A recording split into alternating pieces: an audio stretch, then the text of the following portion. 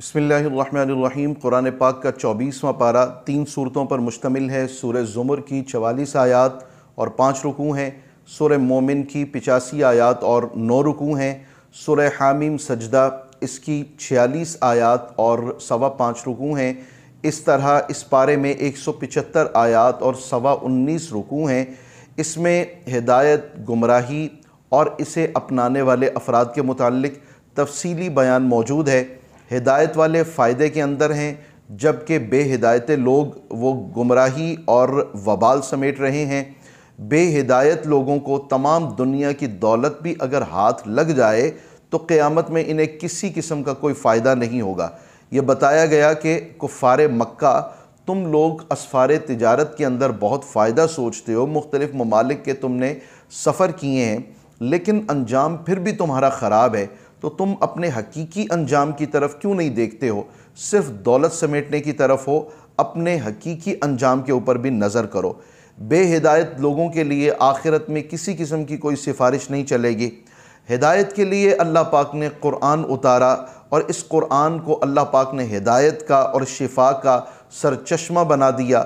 सरासर हक से इसको भर दिया और बातिल की आमेज़िश से अल्लाह पाक ने ख़ुद इसको बचाया है। उसने ये वाज़े किया कि जिसे वो गुमराह कर दे उसे हिदायत देने वाला कोई नहीं, और जिसे वो हिदायत दे फिर उसे गुमराह करने वाला कोई नहीं। याद रखें कि गुमराही अगर इख्तियार की जाए तो इसमें अल्लाह ताला का कोई नुकसान नहीं है, नुकसान इख्तियार करने वाले का है। इसी तरह अगर हिदायत इख्तियार की जाए तो अल्लाह का इसमें फ़ायदा कोई नहीं, फ़ायदा हिदायत इख्तियार करने वाले का है। और ये फरमा दिया, बेहिदायते जो लोग थे उन्होंने क़यामत का इनकार किया, उसका इस्तेहज़ा किया, तौहीद का इनकार किया, इस्तेहज़ा किया, हश्र व नश्र का उन्होंने इस्तेहज़ा किया और उन्होंने इनकार किया, कानों में अपनी गिरानी बताई, दिलों के अंदर अपना पर्दा बताया, मगर उनके दुनिया के अंदर ये रवैये उनको किसी किस्म का कोई फ़ायदा नहीं पहुंचा सके। और क़यामत के दिन में उनका अंजाम क्या होगा, हिदायत याफ्ता लोग हों या बेहिदायत लोग हों, अल्लाह पाक ने अंजाम के मुताल्लिक भी इस पारे के अंदर ज़िक्र फरमाया है। मोमिनीन को अल्लाह पाक इज़्ज़त अता फ़रमाएगा, बाइज़्ज़त तरीके से उन्हें लाया जाएगा, उनका बाइज़्ज़त तरीके से इस्तक़बाल किया जाएगा। फ़रिश्ते उन्हें सलामियाँ पेश कर रहे होंगे, उनके लिए एक बाकायदा परेड का गोया इंतज़ाम हुआ, प्रोटोकॉल उन्हें दिया जाएगा और मन भाती उनको नेमतों से सरफराज किया जाएगा। हर ख्वाहिश का उनका एहतराम होगा। जन्नत के अंदर उनके लिए दावतों का इंतज़ाम होगा। जबकि दूसरी तरफ अल्लाह पाक ने फरमाया, जो कुफ़ार हैं उनको ज़लील करके लाया जाएगा और जहन्नम की तरफ उनको ज़लील करके फेंका जाएगा। क़यामत के दिन में आँखें हैं, जिल्द है, जिस्म के दूसरे आज़ा हैं, ज़ुबान की तरह ये भी गवाही दे रहे होंगे। हत्ता कि कुफ़ार ये अपने जिस्म के आज़ा से कहेंगे, तुमने मेरे ख़िलाफ़ गवाही क्यों दी है। क़यामत के दिन के अज़ाब के अंदर किसी किस्म की कोई तख़फ़ीफ़ नहीं होगी।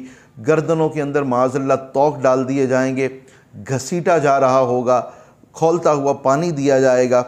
ज़ालिमीन का कोई हिमायती नहीं होगा, कोई सिफारिशी नहीं होगा, कोई उज़्र उनका काबिल कबूल नहीं होगा। सब के साथ ऐन इंसाफ बरता जाएगा। याद रखिए, ये जितने साबिक़ा अक़वाम के ज़िक्र किए जाते हैं, अल्लाह पाक ने कुरान पाक में उनका अंजाम, उनका बाग़ियाना किरदार, उनकी सरकशी और उस पर उनकी सज़ाएँ और जो उनके वाक़यात का तज़किरा फ़रमाया, ये बतौर हिकायात नहीं है, बल्कि ये बतौर इबरत हैं, बतौर दरसे इबरत हैं। इनसे सबक हासिल किया जाए, वो रवैया इख्तियार ना किया जाए, वो सरताबी और नाफरमानी ना की जाए, वो सरकशी और बाग़ियाना रवैया न बरता जाए, बल्कि उससे एहतिराज़ करना चाहिए। इसलिए इन वाक़यात को अल्लाह पाक ने तफसील से ज़िक्र फरमाया है।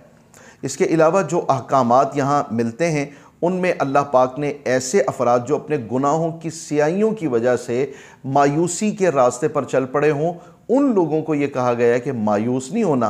अल्लाह रब्बुल इज़्ज़त की रहमत बहुत वसी है और अल्लाह को मानने में इंसान ही का भला है, अल्लाह का भला नहीं है। वरना इसे मानने वाले फ़रिश्ते तो अनगिनत हैं जो उसकी तस्बीह कर रहे हैं, जो उसकी मदह कर रहे हैं। अल्लाह तबारक व तआला बंदे को हिदायत दे के बंदे का ही उसमें फ़ायदा रखता है।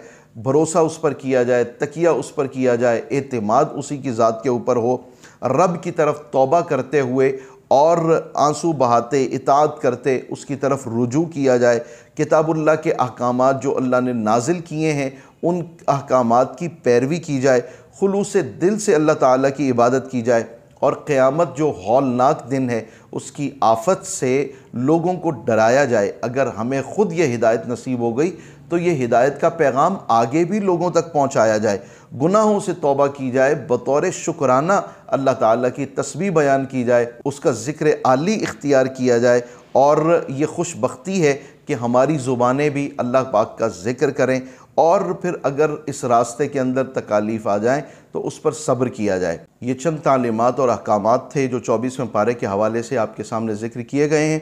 اللہ پاک ہمیں قرآن پاک کا فہم اور اس کی محبت عطا فرمائے۔